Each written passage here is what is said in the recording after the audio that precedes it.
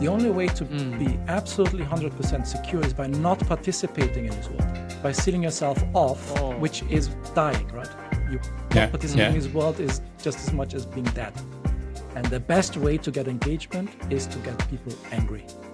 We are surrounded by maximization assertions and injunctions. Maximize profit, maximize efficiency, get rid of redundancies, which is a very bad thing for an ecosystem, to get rid of redundancies. But that's what we teach, right?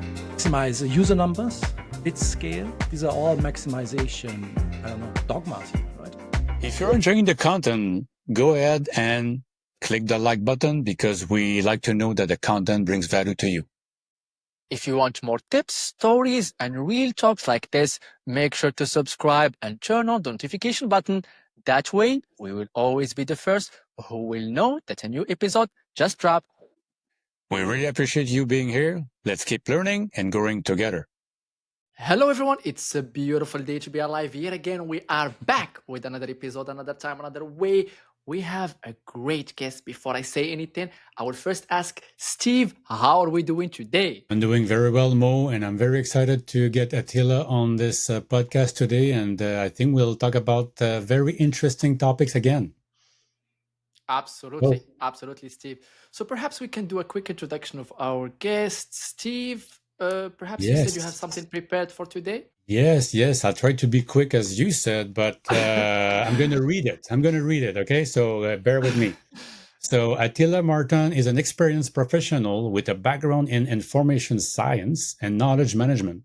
I like that, knowledge management. He is currently exploring several fascinating research areas, including co-evolutionary dynamics between platforms and their ecosystems, the political ecology of digital labor and AI, the re-decentralization of the internet, and the sociology of digital knowledge, and forgetting other stuff as well within the internet. So perhaps I'd like to ask Attila, is it appropriate or would like to add certain things that I missed with this or they were outdated or wrong?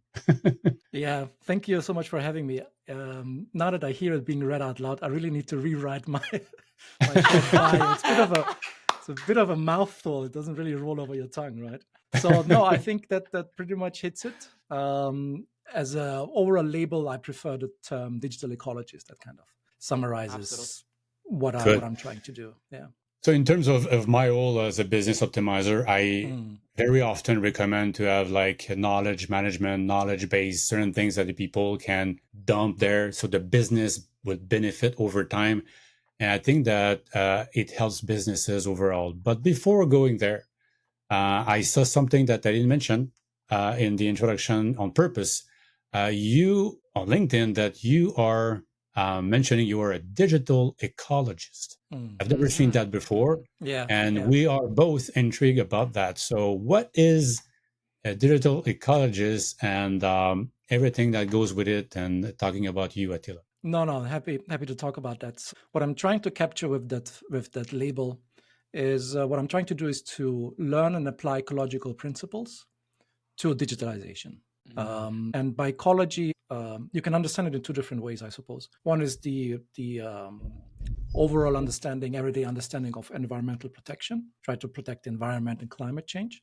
And that is an outcome of it, but there is an underlying philosophical style of thinking, sometimes call it ecological style of thinking, which is, a bit more challenging. It is very anti-modernist. It's a movement against modern underlying assumptions of optimization, maximization. And instead, it's more about how can we think about a system and how maintain the resilience of the system so that we humans don't have to always step in and try to fix it, because trying to fix it creates more problems along the way.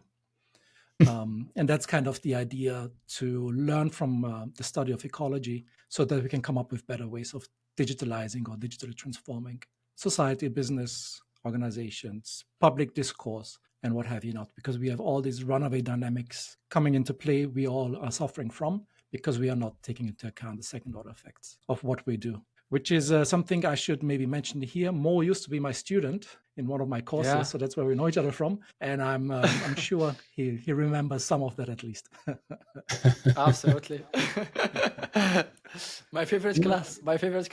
Oh, yeah, now you have to say that, yeah. Yeah, and this will be part of the exam, yes. What I'm interpreting with your description of digital ecologies, Attila, is, and correct me if I'm wrong, and this is my interpretation, Yeah. is it's an ecosystem.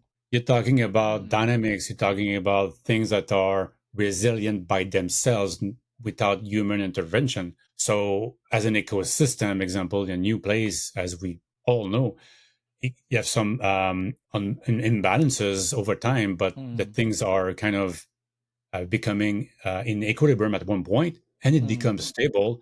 And if something happens, the ecosystem could fail, could resist to that new thing, or could evolve with that new thing. Yeah, So it's yeah, all these things that are part of the ecosystem, at least my definition. So, yeah. so related to digital ecology, it sounds like it. And perhaps I'd like to ask you, am I right first? No, there's no right or wrong, right? It's Yeah. ecological thinking. It's all about diversity of ideas, right? It's an ecology of ideas, and Okay. diversity is a good thing. Too much diversity, of course, is too much of a good thing is a bad thing. But so right or wrong is not the way I would approach that. So there's, I guess, my interpretation, and I'm very open to hear other interpretations.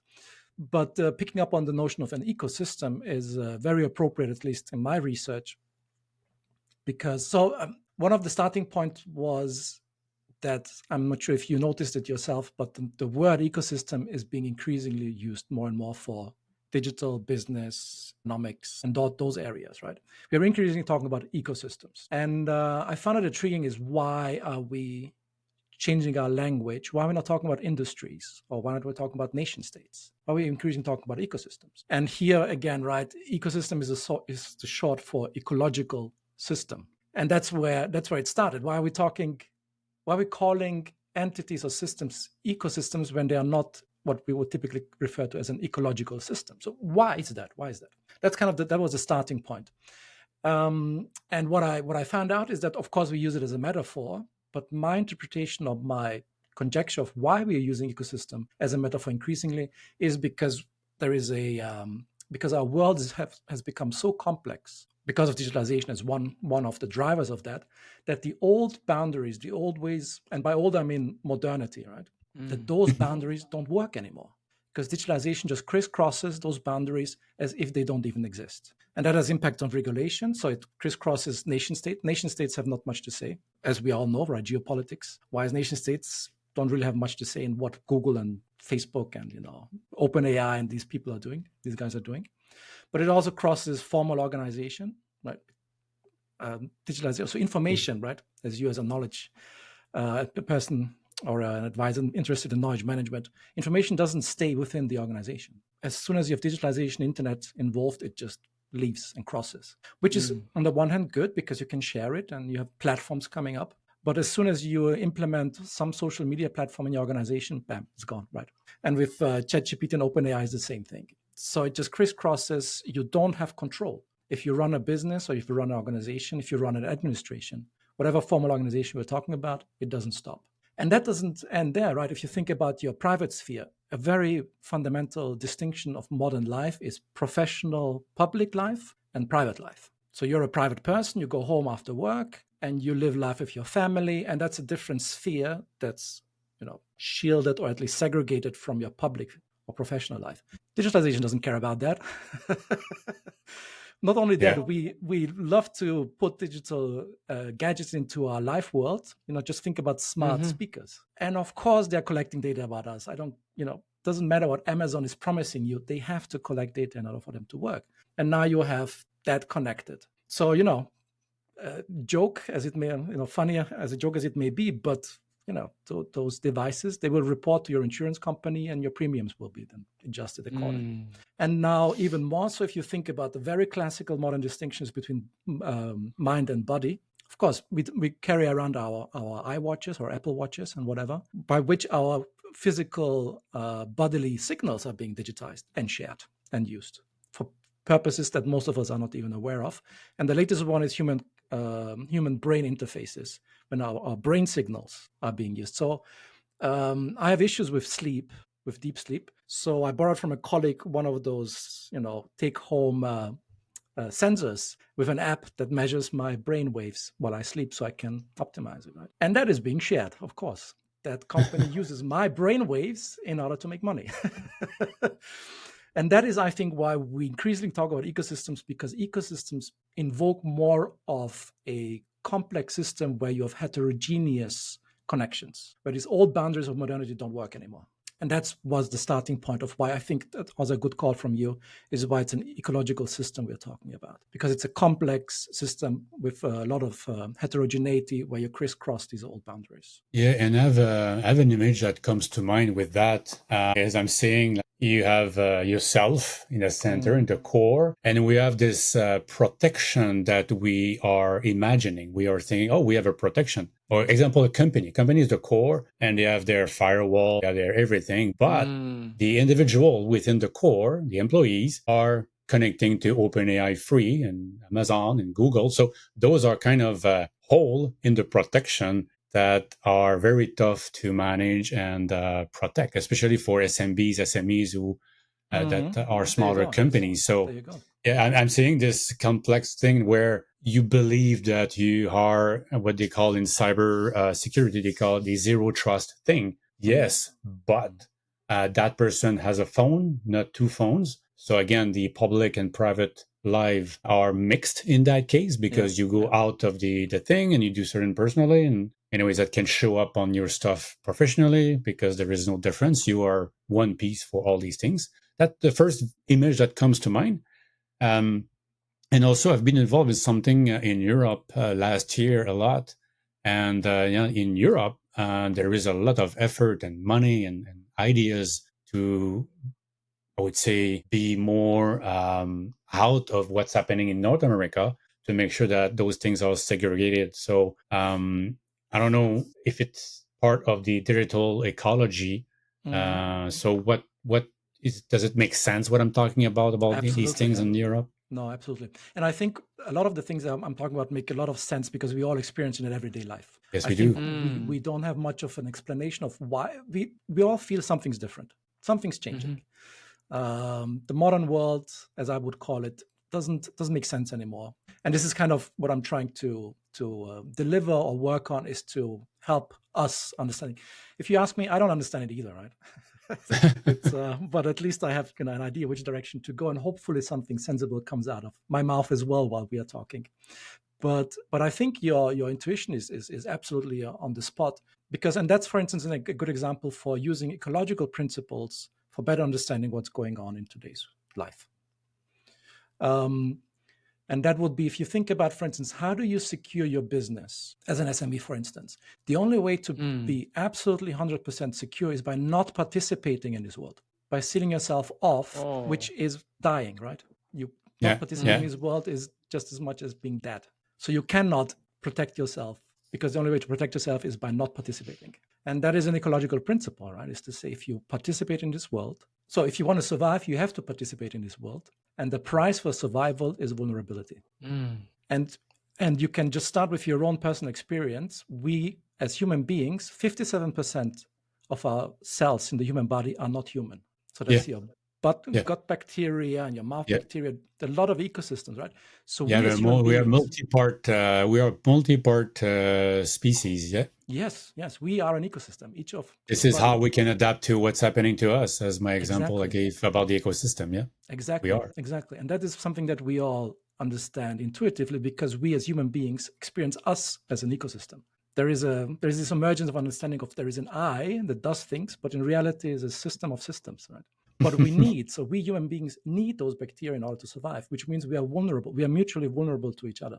And that is now, how do I take care of that vulnerability in order to survive and thrive? And if we translate that kind of principle, not by analogy, so I'm not saying, now let's look at what are the bacteria in the business world, and that is not what I'm trying to say, right? So hopefully I get it across clearly. That is not what I'm trying to say, but it's the underlying principle that we are relational beings, and that relationships need to be open. We need to be open to those vulnerabilities and take care of them. If we translate that principle into the business world, that would mean that the strategic approach or choice needs to be, how do I take care of my environment? And how do I take care, given that I understand that every relationship is a relationship of vulnerability? Or differently put, if I destroy my environment, I destroy myself.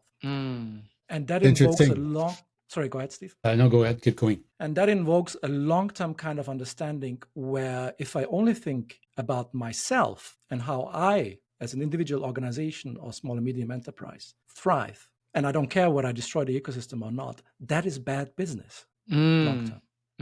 If I, and that is another ecological principle, is if a system is geared towards maximizing a single variable, it loses resilience and therefore is very bad at adapting. So if we look around, we are surrounded, and I'm at a business school, we are surrounded by maximization assertions and injunctions. Maximize profit, maximize efficiency, get rid of redundancies, which is a very bad thing for an ecosystem, to get rid of redundancies. But that's what we teach, right?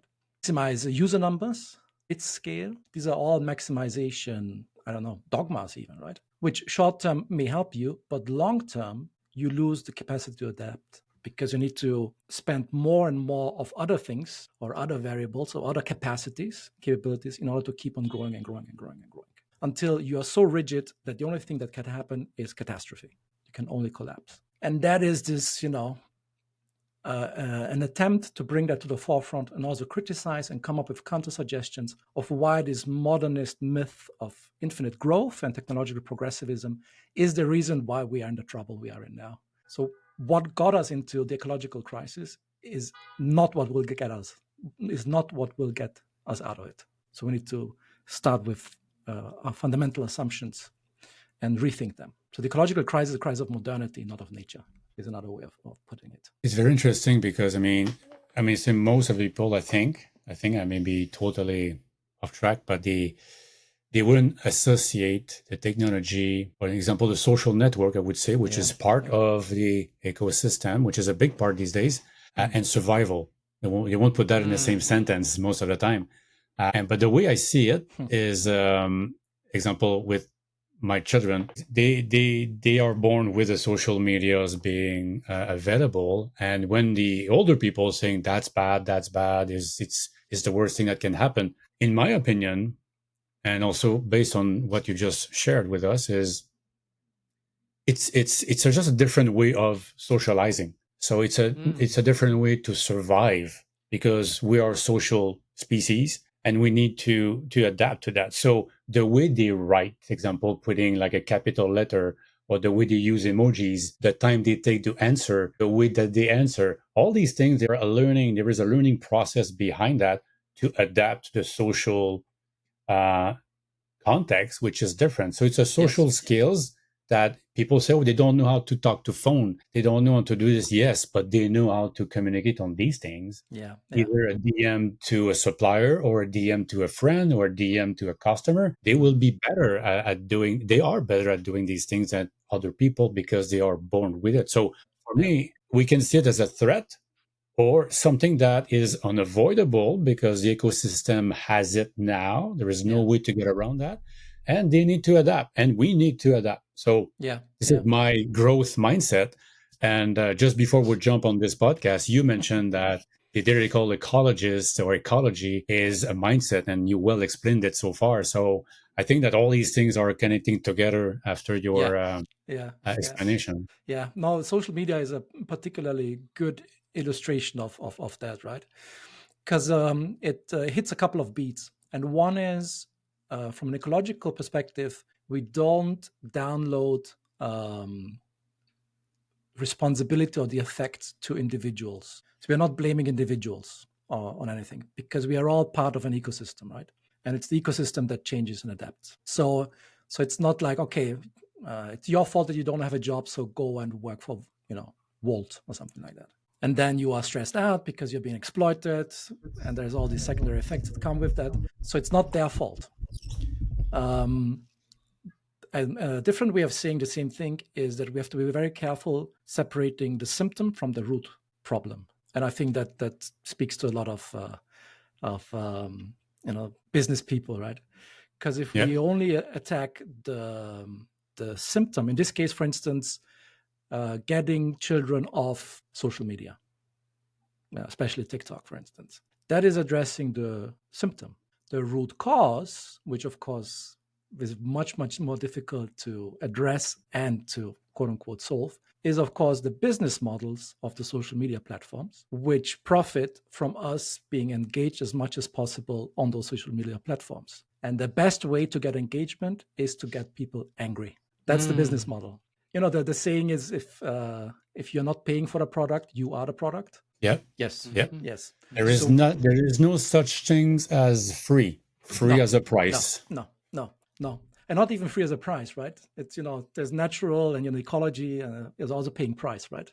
Yeah. And this is, you know, that's why it's particularly important that it's not about protecting nature. That is important as well.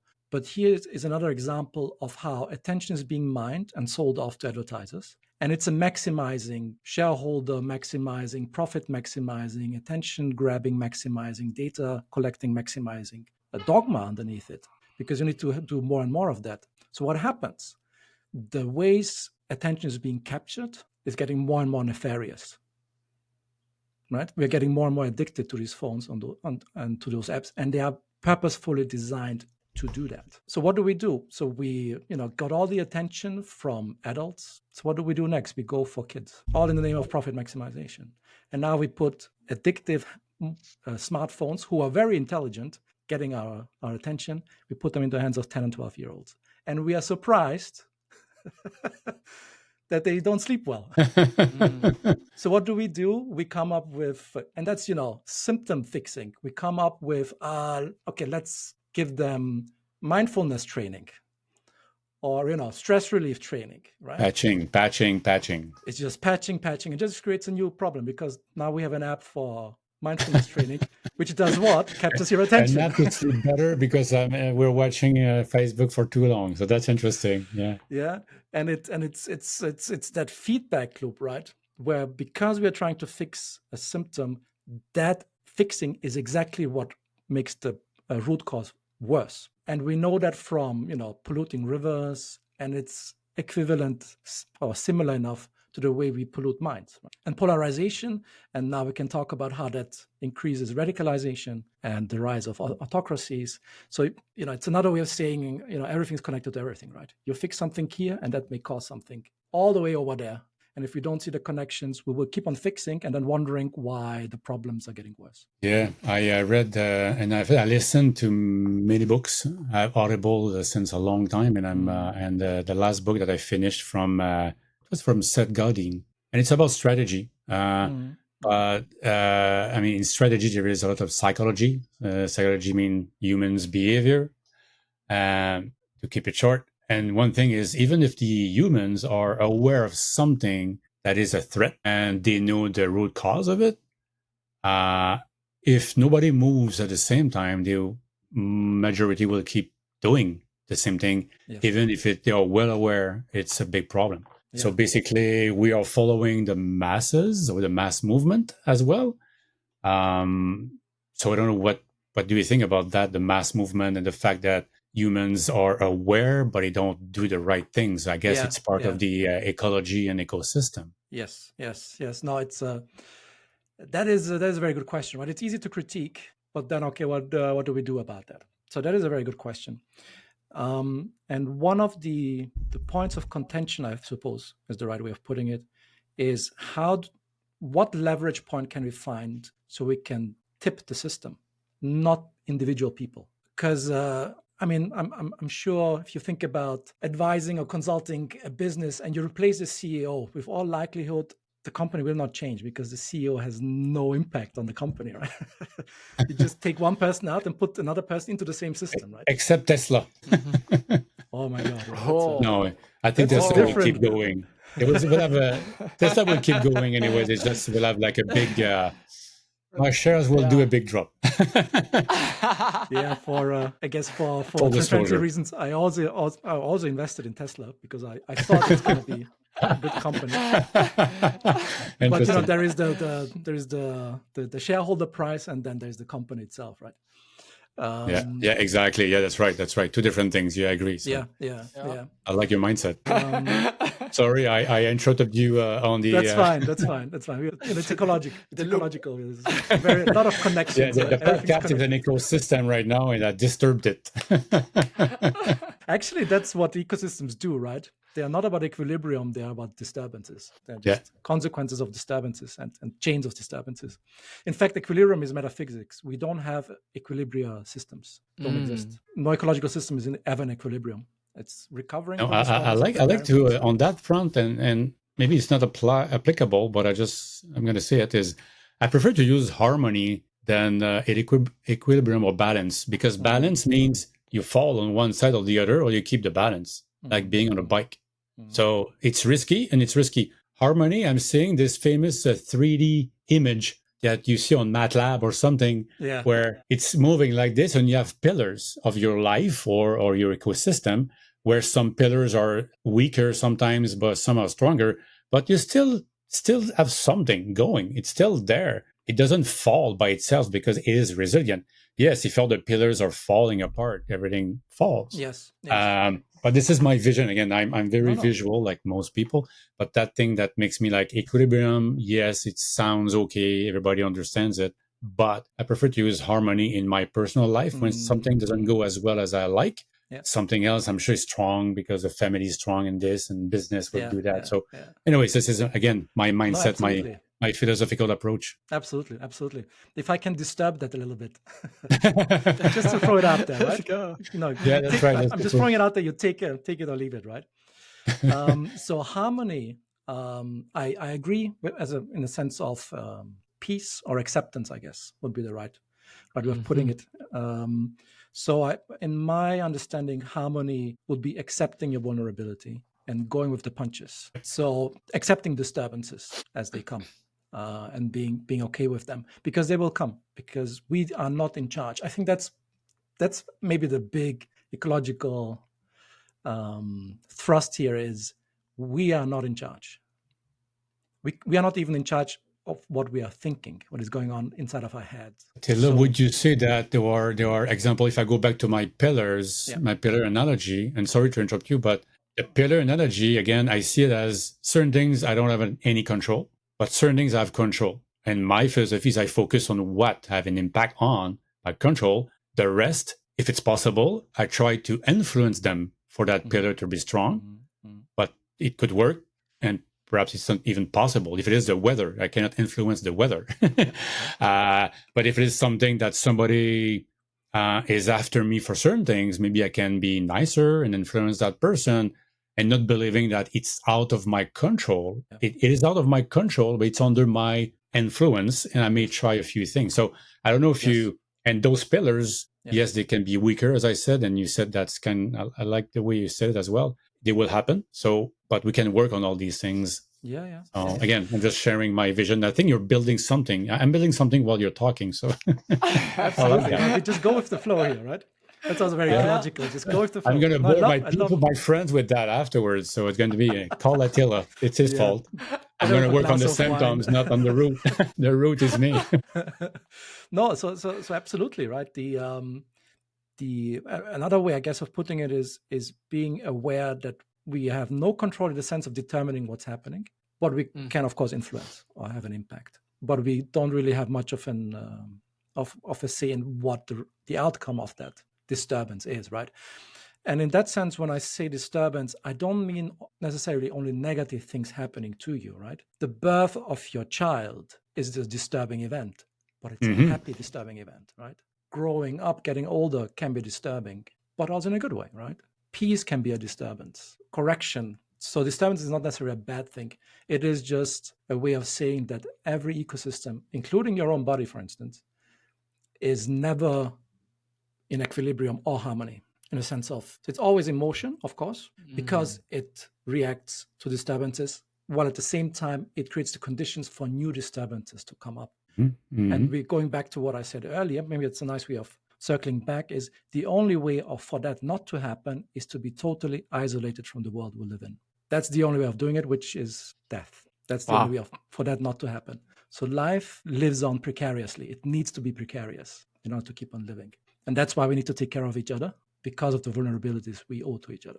And that is a very different way of thinking. For instance, strategically, if you think about business strategy, taking care of your own ecosystem becomes a strategic necessity, not survival of the fittest, where you kill your competition in a marketplace. That's a dog-eat-dog world, which long-term is bad for everybody, including yourself, even if you win in the marketplace. So, it's not a competitive advantage. Some people, like a dear colleague and friend of mine, Jonas Weistrup, he's talking about collaborative advantage, which funnily enough is the only reason why, for instance, blockchain makes sense implementing. If companies come together to build a system or tap into an existing system, because it doesn't make sense for each and every company to build their own blockchain. It doesn't make any sense. But to tap into what is happening, and together you build up collaborative advantage, which is a very different mindset than we would teach in business school, which is the modernist mindset of, I win against you or against the environment, because the environment is there to get me. You need to survive against the environment, when in reality it's me with my environment. I survive with my environment. I like these two words together, Attila, because I was having a meeting with a friend that we could partner on the tech stuff. He was in the tech world before. Anyways, we were talking about doing collaboration more and more, because that's what I believe. I believe in abundance, and with Mo, the same thing. We believe that you can exchange value. I mean, you are in a business school, so there is abundance. If you have value, you can exchange the value for money. And if you are working together in collaboration, you are building the ecosystem. And what I was telling him is we are in AI, both of us. We said, okay, we have a newsletter. I have a newsletter. He has one. I said, let's try to not talking about the same thing so we can complement each other. And we raise the knowledge about AI, and everybody will ask to get more AI stuff done. And I will benefit, and other will benefit as well, and ecosystem will survive. We know there is abundance for AI stuff, but maybe my analogy is not perfect. But by having the people more knowledgeable about AI and its application in business, they will contact the people in AI business. So we're going to benefit both of us. And if they go on his side, fine. If they go on my side, fine. I mean, there is enough for a lot of us. No, a beautiful example, and it just made me think that I need to clarify. What I'm saying is not that profits are bad or user numbers are bad. That's not what I'm saying. No, you didn't say that. Of course, profits are necessary and of course part of business, and also efficiency gains and stuff like that. Sustainability of a good business. I mean, if you have a social business, they need to find a way to be sustainable, and it is money. I mean, they're going to be subsidized forever. So for me, that makes sense. I mean, they serve the people on certain social aspect. They need to generate profit. So profits are not bad. No, not bad at all. The point is the maximization of whatever it is. It doesn't really matter. It just happens to be profit and efficiency because of the world we live in. It's the maximization that is a problem.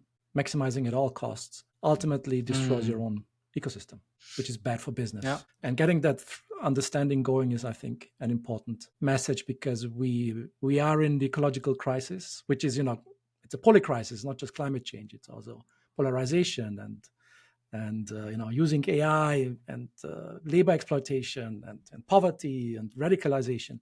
So it's not a crisis; it's an ecology of crises, as Nora Bateson likes to call it, right? And that needs a response that is other than what we used to do, because that's what got us into the problem to begin with. And digitalization is a big contributor. That's why we need to take it more seriously than just a tool, right? Just another tool. Yeah, absolutely. Perhaps I would chime in with this question. I was a little bit mesmerized with your statement when you said that at the end of the day, a disturbance can be positive or negative. Because sometimes when you see the word in the dictionary, like disturbance, this must be negative. How do you say AI fit perhaps in the digital framework and ecosystem? From your own perhaps experience and understanding, as you see in the marketplace, everybody's using video generation, text generation, audio generation, image generation. Yes, we're flooded. It's very hard for us to distinguish between what's real and what's, I would say, generated. So I would love to know your input. And there you go. All right. So one of the things I really don't like is that everything's not AI now, right? So let me be specific. I will typically talk about Gen AI and machine learning. That's typically, unless I say otherwise, when I say AI.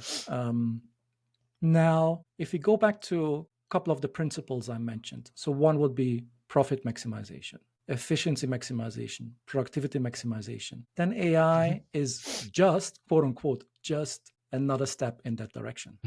And whether it works or not, which is a different question to ask. We pay the price for AI being haphazardly, and AI is being treated a lot of the times like, now finally we have the solution to our problems. We can't figure it out, but we have AI figure it out for us now.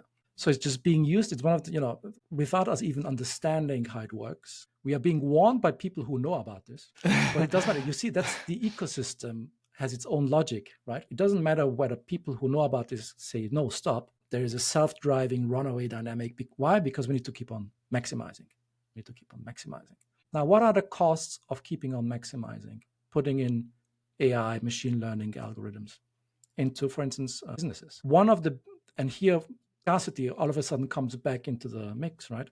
Is a dependency on data for training purposes. So what happens if you run out of data to train your models with? You create synthetic data. So you have AI creating data to train AI. Yeah. And we have, some research that Convoluted. points in a direction that if you do that, the models break down. In other ways, it's called the Habsburg effect, because you know what Habsburg, the house of Habsburg was famous for? The No? rulers of the Austro-Hungarian monarchy, for incest. Oof. Convoluted. Yeah. So it's cannibalism, right? It's AI eating itself, feeding itself. So that's another one, which leads to homogenization. So what you spit out is what you feed back into it, because you need to maximize. You need to maximize. Now, as an effect, and to call this an unintended consequence by now, I think, is an insult to everybody who has, two brain cells. We know what the effects are. We just don't care about them. One of the effects is, the reality collapse you were referring to, right?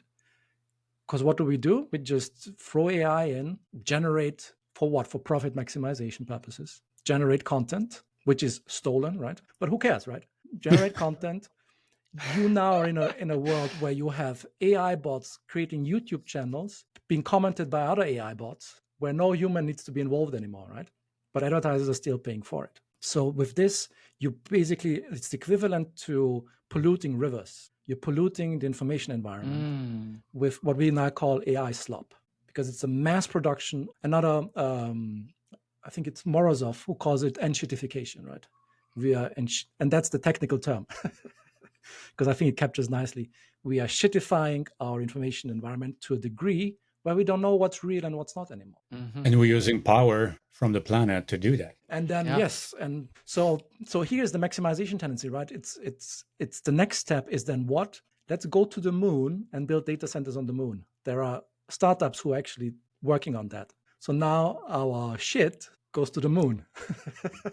Why? Because first of all, there's no legislation on the moon, and second of all, you don't have to worry. So we're about shitifying the moon then. Yes, of course. I mean, we already shitified, the orbit, but yes. It's more, right? So there's never enough. I think that's another way of talking about this. We need to learn the meaning of the word enough. When is it enough? Rather than more and more. I'd like to do like Mo and come back to one of the things, and a few things, maybe two main things that I'd like to challenge you with, Attila, yes, if you accept the challenge.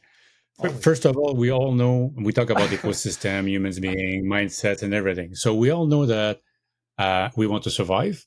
And one of the behavior we have is to be pessimistic, to see conspirations all around us. That's how we can survive. All the animals are hearing a noise and just boom, they're running in the opposite direction.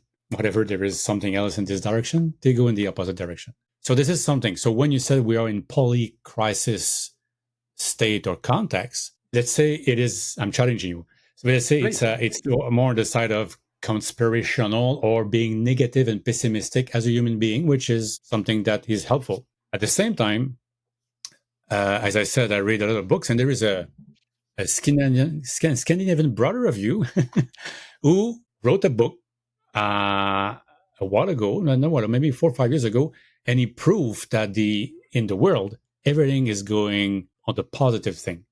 All these things about left and right, but in Africa, it's getting better. In China, we know now it's better. Not everywhere, but overall, and he categorized in 4 main categories about being like poor and being like in modern way. in that scale, all countries all around the planet, it's moving up for a certain time, and it keeps moving up. So my point is, my challenge is, yes, we are pessimistic about what's going on, but at the same time, at the end, the system keeps getting better. Go back to a general and a bigger scale discussion. Yeah, no, I agree. I agree. I don't think there is much of a challenge here. I'm sorry to say, No, I agree. because I think we're talking about the same thing. I think it's right? more like a confirmation statement, kind of. So to the first point, I'm very don't know much about the human psychology, because I suppose we evolved having a negativity bias that it's safer to assume there's an animal hunting you rather than not to assume. So running away is the safer option for us. I guess that's an evolutionary trait we developed as a survival mechanism, which then, picking up on that, speaks to the power of these platforms, how they are getting us engaged by getting us angry. If they would scare us, we would stay away. That's not engaging. So overriding that instinct speaks to the power of these algorithms, right? Of getting us angry, because that's how you engage. That's that 5 seconds. You don't even think 5 seconds. It's you just react angry, and that's this tribalism that comes with that. Yes, exactly. Yeah. Fight or flight. Yes, so it's fight, right? Because flight would prevent you from engaging online. That's right.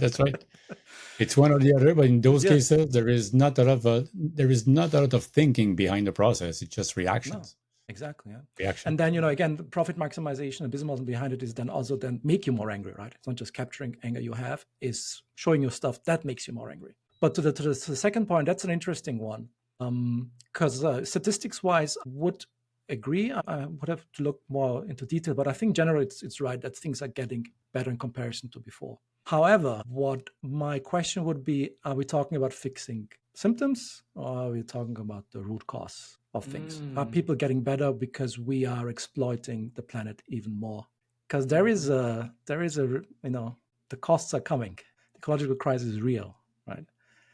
So better for now, yes. Long term, is there a better way of doing it? Is there a better way of sharing? And again, acknowledging the vulnerabilities we owe to each other and how vulnerable we are to planet Earth.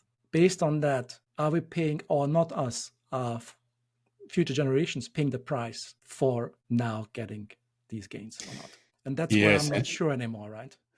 And you are touching a point that I want to precise. It's not because I read that it's all going on average in the right direction that I should stop trying to improve. Because if we all believe that, everything is going in the right direction, so why do I care about these things? If we do that, it's going to go south. So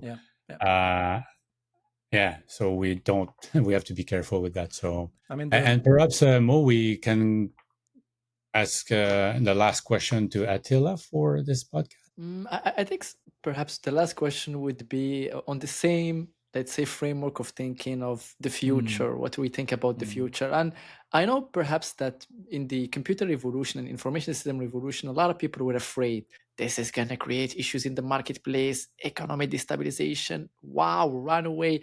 Do you think this is something that's happening over time in history, where if there is a new innovation, people get scared, they get a little bit worried about it in terms of development? And this is what we're seeing in AI, because nowadays everybody's saying, man, I'm going to lose my job. AI is taking it over. Do you see any validity in this statement, or it's just a human behavior? Anytime that there is something new that you don't understand, just get scared of it because we're afraid of something that we don't understand. Yeah. That's a good one. And I'm happy that this is the closing question, because this will be a longer conversation. But to keep it short, so on the one hand, yes, right.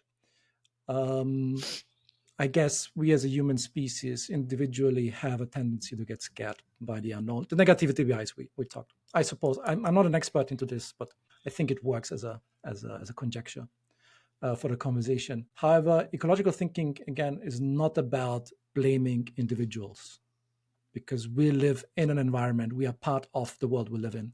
So there are bigger systemic dynamics going on that we can't individually control, which doesn't mean you should give up, but it's the first step is turn the I into a we. So if you want to change, and I heard that from a colleague, Alexi Shotwell, she put it nicely. It's supposed to be some anarchist, phrase or slogan. If you want to change everything, start anywhere. So we can start with our little world, what we can do, neighborhoodliness, little changes which add up. So yes, fear, I understand, fear of the unknown, but there is also curiosity. There's a good reason why we came up with science to fight this knee-jerk anxiety, fear reaction we have. So I think that's one part of the problem. Now, this does not mean that there's not good reasons to be afraid now about the consequences of AI. I think there are very, very good reasons, and we need to take them seriously. I think that's another ecological principle is to abandon the rational, irrational distinction, which is another modern distinction, right? We need to purify ourselves from our emotions and our irrationalities. No, we are contaminated, but that's part of being human. So we need to accept and work with them, not pretend that we can get rid of them. So to work with those irrationalities and take them seriously, because I, as a researcher, I'm not.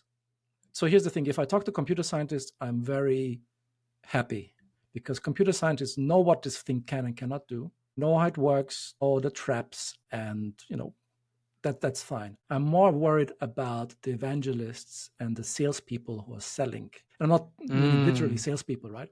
But those who are trying to make a buck with AI. I'm much, much more worried about that because there is a hype and a FOMO about trying to pick up because you think you will die, which is again this dog eat dog world. If I don't jump onto the train of a hype of a technology that nobody understands its implications. And I'm not even sure why we really need to use it that much. I've been, of course, using AI in my career, right? And I use it, and it sucks. It's really bad. I'm not sure if I can name the product I'm using, but it's a very popular, I don't want to get sued, right? Because I will get hacked or something like that. But I use, popular product, and it's bad.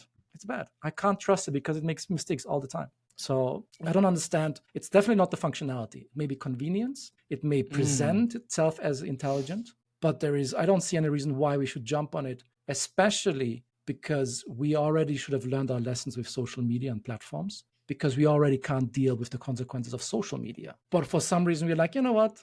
Been there, done that. Let's try with even more nefarious and even more difficult, challenging technology like AI to do that. So I don't see the reason in the technology itself. It's the form on the hype, I think, that drives a lot of also, shares and there's a lot of money to be won on the stock market doing that.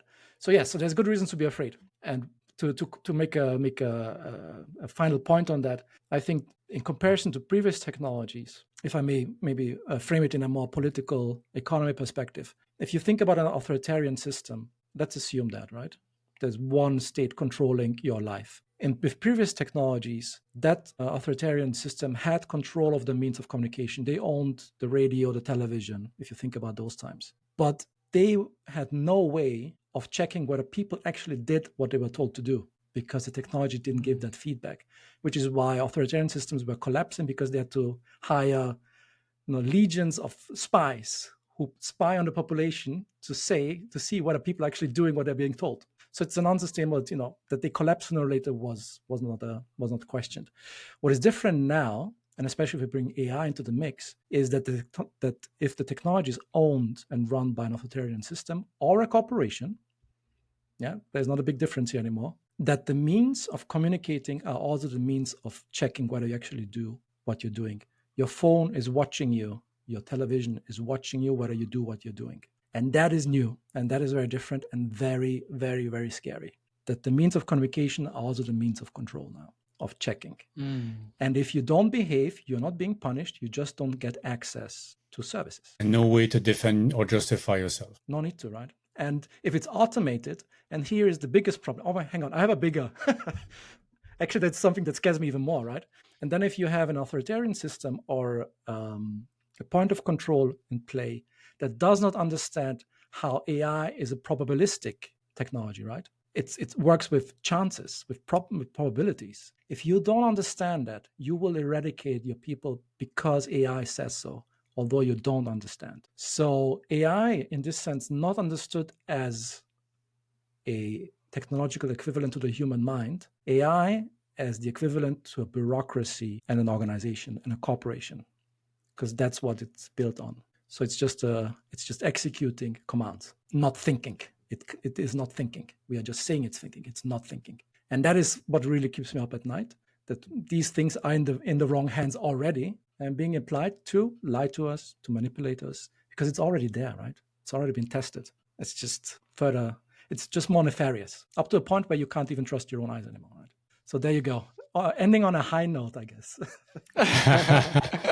But I think it's a good summary of most of the first question about what is digital ecology in general. So thanks, Attila. It was a great, I would say, philosophical discussion, mainly, and mindset. This is what you said it's going to be, and it was, and I guess very eye-opening and mind-opening as well, for me at least. I appreciate it. It's philosophical, but I think it's we all can connect it because we all experience it in our everyday life. Yep.